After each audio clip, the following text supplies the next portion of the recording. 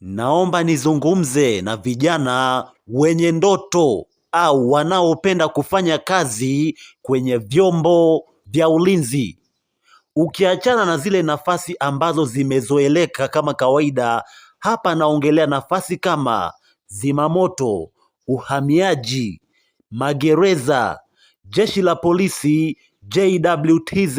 Ukiachana na hizi nafasi ambazo zimezoeleka, kuna hizi nafasi pia za TFS. Kirefu cha TFS ni nini?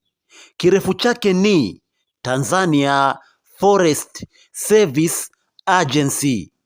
Kwa Kiswahili unaweza ukaita wakala wa huduma za misitu Tanzania. Hivyo basi, kwa wale vijana wanaopenda nafasi za vyombo vya ulinzi, sio mbaya pia ukawekeza muda wako pamoja na nguvu zako kwenye hizi nafasi pia za TFS.